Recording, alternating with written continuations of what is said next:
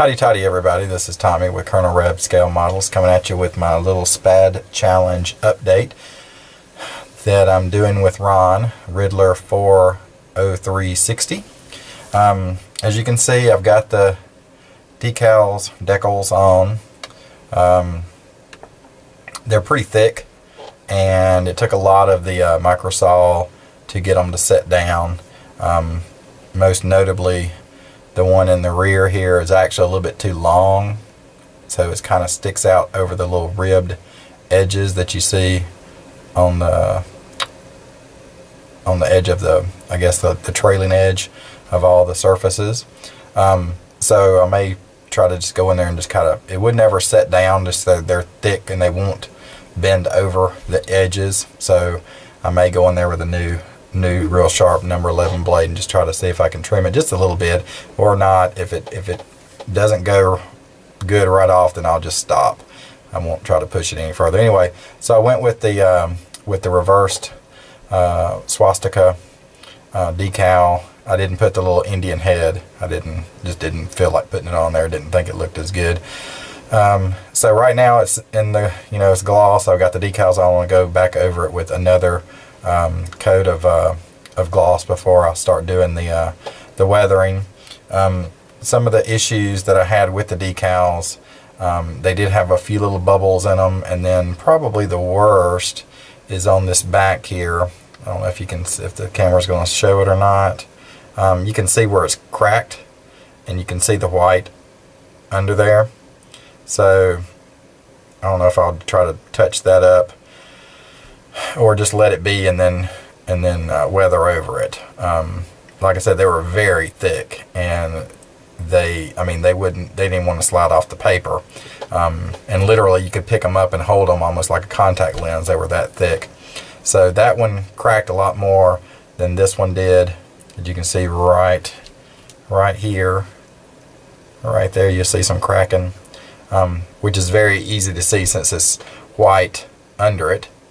And then on the top, these sat down better, but they had some air bubbles in them. So, I used a needle and tried to pinpoint those and get them out, get the air out, but it didn't really do that well. Like I said, they were so thick, and I was afraid if I tried to wiggle it too much, it would just tear them.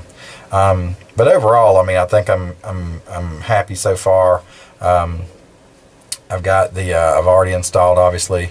The struts were a bit difficult, as you can, well, let me put it this way for you. As you can see, it's not perfect as far as the alignment goes, but between super gluing the inside ones and then put in the, or actually super gluing these two here, and then putting the extra thin here, and then putting clamps on both sides, it held together pretty well. The exhaust here and here went in pretty well. I used, I don't know if you can see that. Let me get my camera going here. I'm sorry about that, guys. Still trying to get used to this filming stuff. Those went on pretty well. And then this one bracket here, if you can see that right there, it popped out. This morning when I came in and released the clamps, this one just popped out. I've been super glued a couple of times trying to get it to sit back down, and just wouldn't, and I was afraid of trying to clamp it inside there, because every time you try to clamp, you hear like a little crackling. So I think I may just leave it and then just touch up with the paint there before I do the next coat of gloss to seal in the decals and to seal in the dry brushing there. The only thing left to do as far as parts go is just put the wheels that are here, and the propeller. See the tiny propeller, and then these are the, let me see if I can pick it up this way. These are the wheels, so you can see there. So I did a little dry brushing on those to make, because this one you can kind of make it look like spokes, I guess you could say. Although you really, it shouldn't be spokes, because if you have spokes, you would be able to go all the way through. But the other designs just have them painted a solid color, which I didn't want to do, because then you can kind of see the relief of the spokes in there. So I think I'm just going to stick with the way it is there, and then get those installed after I put the gloss on, and then I'll gloss these separately, I think. and then put the propeller on and then start doing my final weathering and stuff. So that's just my quick little update on the plane. I've enjoyed it so far. It was kind of difficult putting on the struts, but what I did, I got these four in glued and lined up, you know, vertical, and then put the two that are right near the cockpit on last. Had them stand up because they have 3 attachment points. Got them standing up, and I used super glue on those because they have tiny little holes that they fit in. And then once that was dried for a day, I just let it sit for a day. One of them was wobbly, so I re-glued it a little bit more extra thin on the bottom plate here, right in through here, and it kind of got they're very, very delicate, obviously. And then when I could kind of wiggle them and they wouldn't really move, then I went and put the top one on by attaching here super glue first, getting that kind of level, and then I used the Tamiya extra thin in the slots and pushed them down, and then I clamped them in.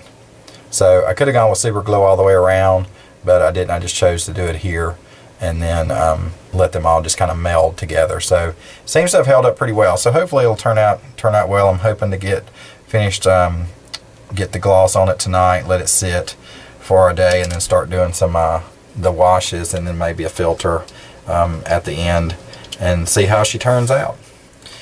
All right, guys, that's it for the SPAD challenge update. Hopefully, like I said, I'll get it done maybe tonight. I don't know. Got a lot of stuff going on. So anyway, thanks for watching. As always, hotty toddy, and God bless.